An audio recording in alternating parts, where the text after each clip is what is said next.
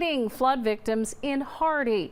The American Red Cross set up a shelter there, and today they served meals at the Hardy Civic Center. There were 100 meals for lunch, and there are another 100 meals for dinner.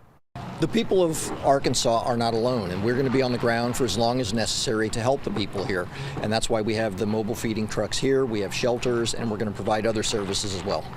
The American Red Cross brought in volunteers from all over the country to help. There are also other Red Cross shelters in Pocahontas and West Memphis.